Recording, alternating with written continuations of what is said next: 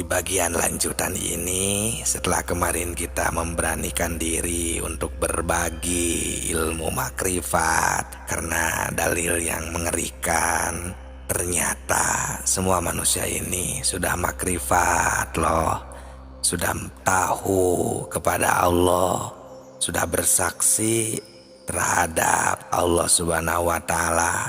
Dan sahabatku sekalian akan terkejut di video ini. Assalamualaikum warahmatullahi wabarakatuh. Hamdan wa syukron lillah. Assalatu wassalamu ala rasulillah. Salam tilawah semesta.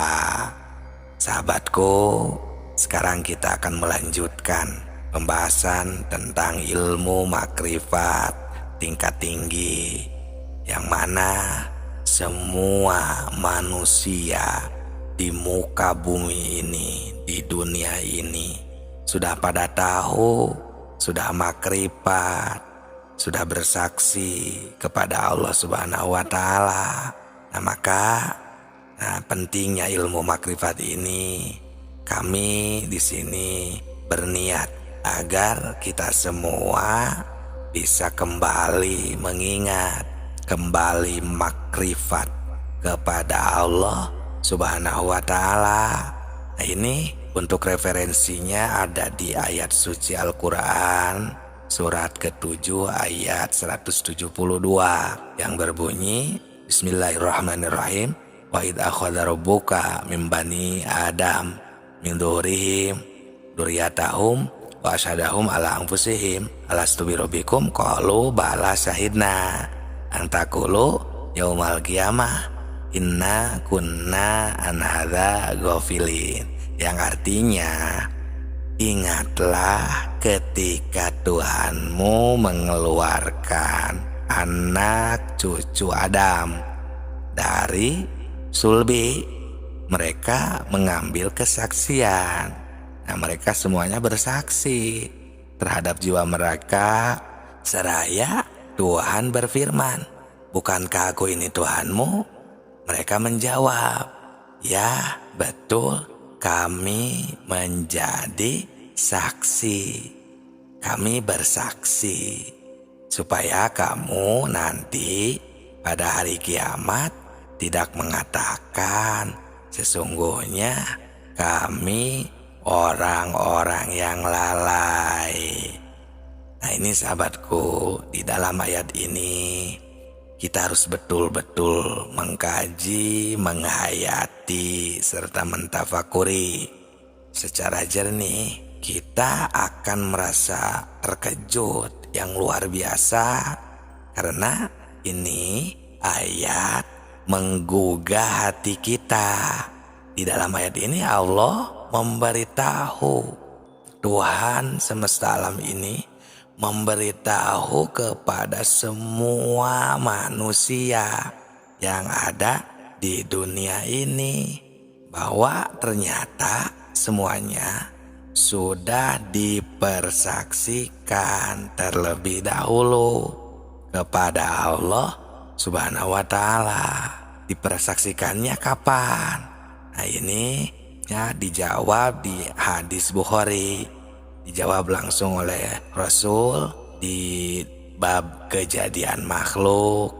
Dipersaksikannya itu di hadis Bukhari, di sana halaman 733 ayat 9, bahwa Rasulullah telah menerangkan dipersaksikannya itu di alam arwah di waktu kandungan berumur 4 bulan di dalam kandungan ibunya. Nah, ini maksudnya apa? Ini dari firman Allah tadi. Kenapa diberitahukan kembali? Ini supaya nanti di hari kiamat kita jangan sampai berkata bahwa kita ini lalai, lupa kepada Allah Subhanahu wa Ta'ala. Karena semua manusia padahal sudah bersaksi, sudah bermakrifat kepada Allah Subhanahu wa Ta'ala agar kita tidak berleha-leha. Jangan hidup terlena, karena kita ini terus dipantau, diamat-amati oleh Allah Subhanahu wa Ta'ala. Apakah kita sedang ingat atau tidak? Allah ini kan Maha tahu sifat ilmunya itu, sahabatku. Jadi di sini kita kenapa kok semuanya lupa terhadap Allah Subhanahu wa Ta'ala? Ini bagaimana sebenarnya ya, ilmu makrifat tingkat tinggi ini bisa mengetahui kok semua manusia ini lupa kepada Allah, dan kapan awal kita melupakannya itu? Kalau kami telusuri ya berdasarkan spiritual ilmu makrifat tingkat tinggi, sahabatku, boleh kita rasakan bersama atau kita ingat-ingat kembali. Manusia itu ketika lahir ke alam dunia ini, semuanya pasti belum dan tidak bisa melihat langsung terhadap dunia ini. Nah ini karena istilahnya si ruhnya ini masih ada di alam persaksian.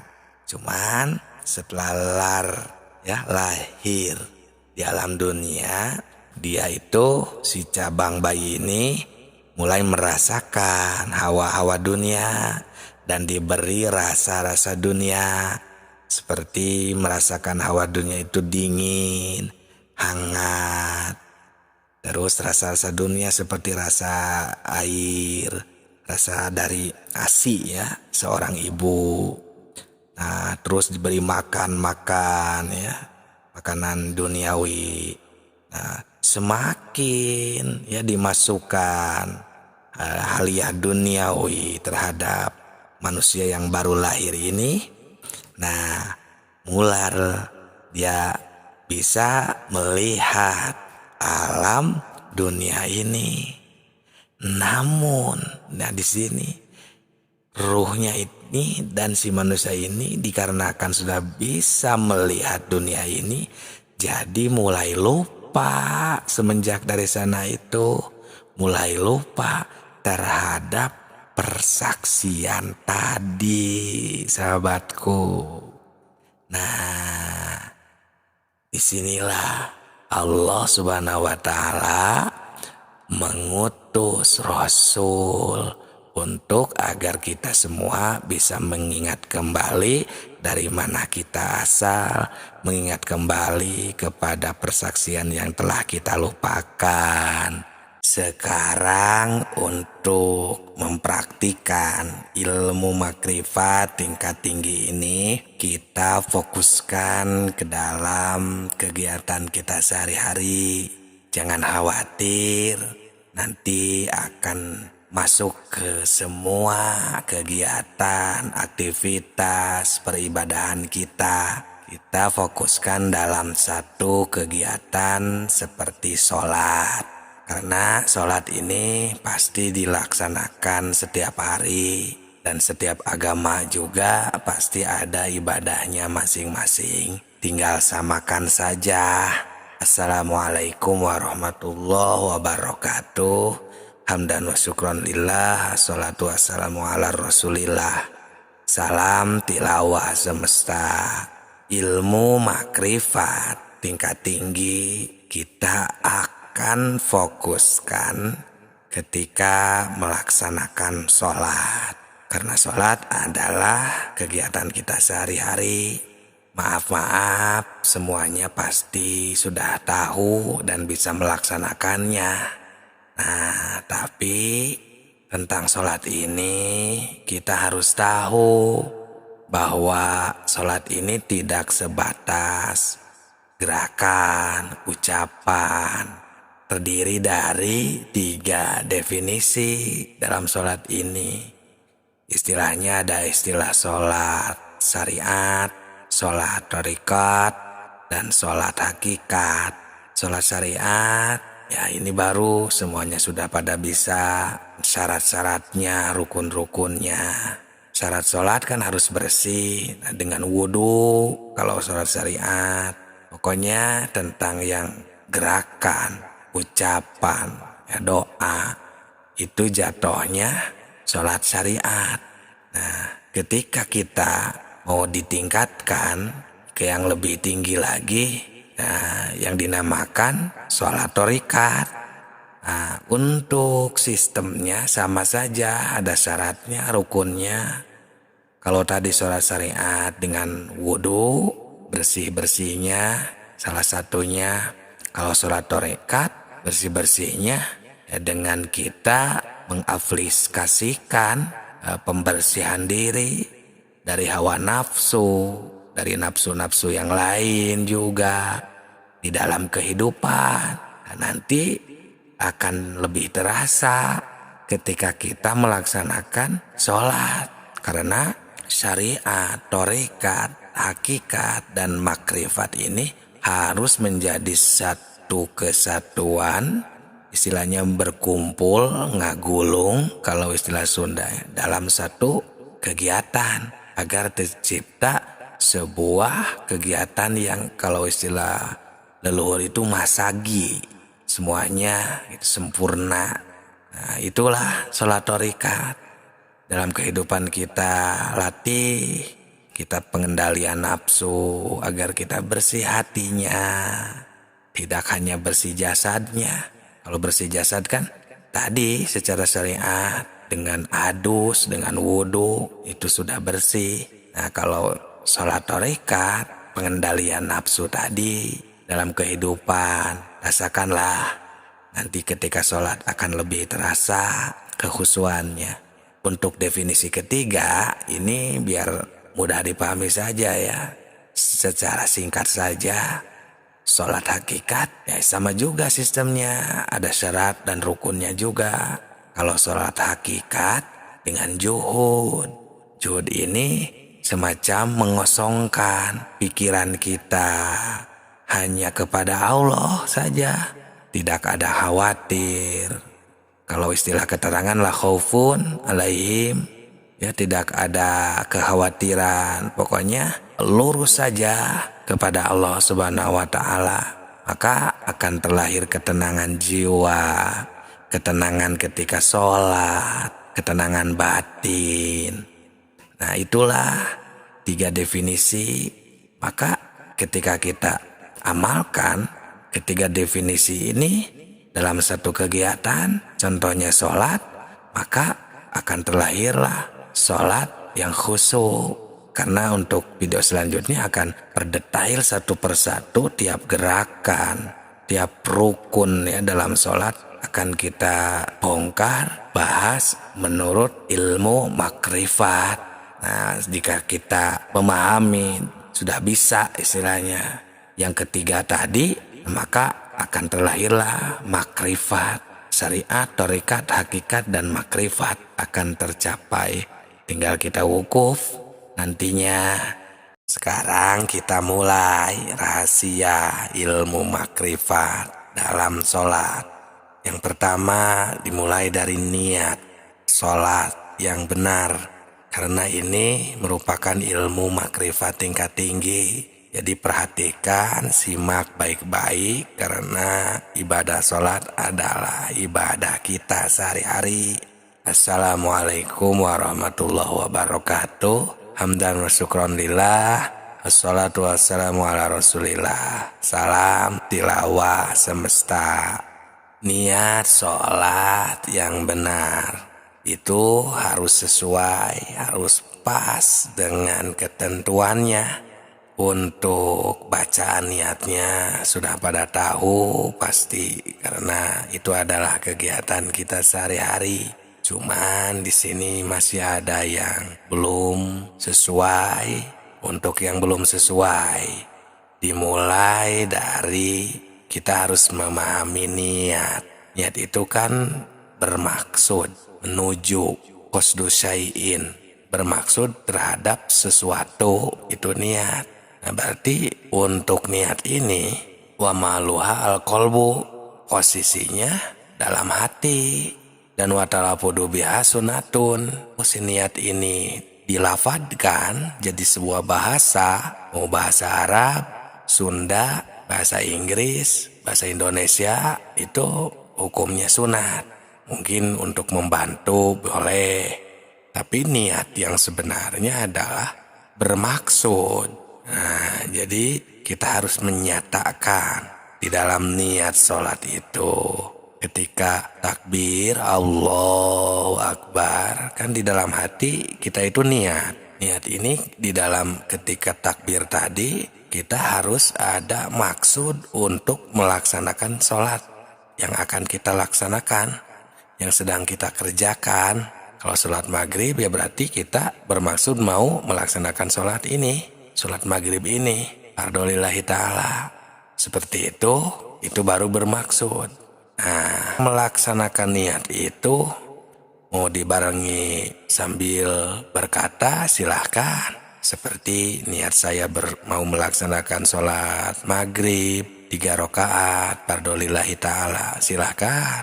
Mau bahasa Inggris silahkan, mau bahasa Arab silahkan. Usolli fardhu maghribi salasu rakaatin fardholillahi ta'ala. Tidak juga, tidak apa-apa untuk niat, karena niat adalah bermaksud. Nah, kalau kita mau mendapatkan pahala sunat, baru kita sambil berucap, atau untuk membantu agar si hati ini terfokus akan maksud untuk melaksanakan sholat, boleh ditunjang dengan bahasa kita. Contohnya, niat saya mau melaksanakan sholat maghrib 3 rakaat fardholillahi ta'ala, boleh di dalam hati sambil berkata. Intinya niat adalah bermaksud. Nah, ini agar ketika niatnya benar, nah sholatnya akan lebih fokus terhadap Allah Subhanahu wa Ta'ala.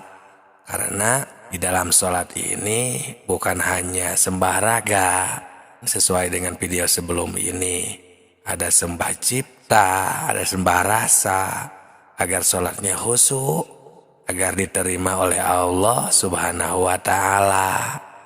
Jadi sahabatku, dimulai dari niat. Barangkali ketika niatnya masih belum benar. Nah, untuk kedepannya berarti setelah niat apa rukun sholat itu adalah takbiratul ihram. Selanjutnya, rahasia ilmu makrifat dalam sholat takbiratul ihram. Ketika kita mengucapkan takbir, karena itu merupakan rukun sholat yang kedua. Ini merupakan ilmu makrifat tingkat tinggi. Jadi simak dengan baik, pahami, jangan di-skip, agar sholat kita semakin sempurna diterima oleh Allah Subhanahu wa Ta'ala. Assalamualaikum warahmatullahi wabarakatuh. Salam tilawah semesta. Hamdan wa syukron lillah, assalatu wassalamu ala rasulillah. Ketika takbir yang dibaca adalah Allahu Akbar, tidak boleh ditinggalkan karena termasuk rukun sholat yang kedua. Yang pertama kemarin di video sebelum ini ya. Sekarang yang kedua takbiratul ihram. Nah, ini rahasia ilmu makrifatnya. Ketika kita takbir mengucapkan Allahu Akbar itu, dan yang menjadi rukun itu adalah takbir yang pertama. Nah, ilmu makrifat tingkat tinggi, karena sholatnya itu kan tidak hanya sembah raga, tapi dibarengi sembah cipta dan sembah rasa. Di sana itu harus benar-benar tercipta, sadar, ketahui di sana itu bahwa Allah itu akbar, maha besar. Sampai sembah rasanya itu di sana ya, kita juhudkan bahwa tiada di sana daripada selain Allah yang akbar. Semuanya akbarnya Allah. Semuanya Allah yang menghendaki ketika kita takbir itu. Di dalam pikiran kita sudah tidak ada apapun. Ingatan, masalah, termasuk ingatan terhadap selain daripada Allah kan diri, masalah, keluarga, pekerjaan, uang, dunia, dan lain sebagainya sudah istilahnya terlindih karena kita sembah cipta dan sembah rasa tadi terhadap ingatan kesadaran akbarnya Allah ketika takbiratul ihram. Sholat syariatnya Allahu Akbar, membaca, berucap sambil bergerak. Sholat torikatnya atau sembah ciptanya, di sana itu kita sudah tenang dan kosong, yang ada hanya akbarnya Allah. Dan sholat hakikatnya atau sembah rasanya, di sana sudah hilang semua yang ada, sudah tidak ada apapun. Nah, baru ilmu makrifat atau sholat makrifat mulai aktif di sana kita. Karena sholat ini adalah kegiatan kita sehari-hari, kita latih sudah seperti itu atau tidak. Jadi sholat syariat, sholat tarekat, sholat hakikat, sembah raga, sembah cipta, sembah rasa akan langsung di sana teramalkan ketika kita melaksanakan takbiratul ihram. Itu rukun sholat yang kedua. Silakan jika ada yang mau ditanyakan, jangan sungkan di kolom komentar. Barangkali ada yang mau diskusikan atau sharing, silakan. Jangan sungkan, kami tunggu dengan tujuan agar kita bisa bersama-sama meningkatkan ibadah demi ketaatan kita kepada Allah Subhanahu wa Ta'ala. Berarti untuk selanjutnya tentang rukun salat yang ketiga, apakah itu adalah qiyam, berdiri. Nah, nanti kita akan bahas secara detail tentang ilmu makrifat dalam sholat, ilmu makrifat tingkat tinggi ketika al-qiyam, rukun sholat yang ketiga.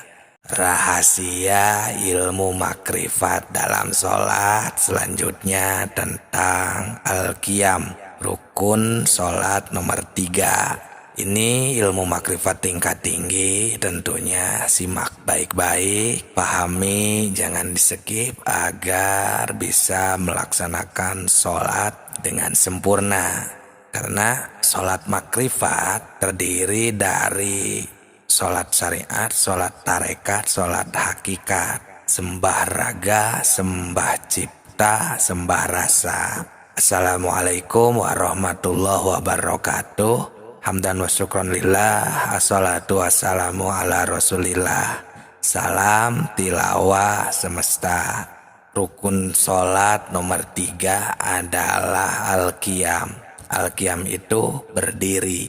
Secara sembah raganya, secara sholat syariatnya, jika tidak ada qiyam, berdiri, maka rukun sholatnya tidak sah. Jadi kita harus berdiri, si berdirinya itu adalah rukun sholat. Nah, kemudian langsung ke dimensi kedua, yakni sholat tarekat atau sembah cipta.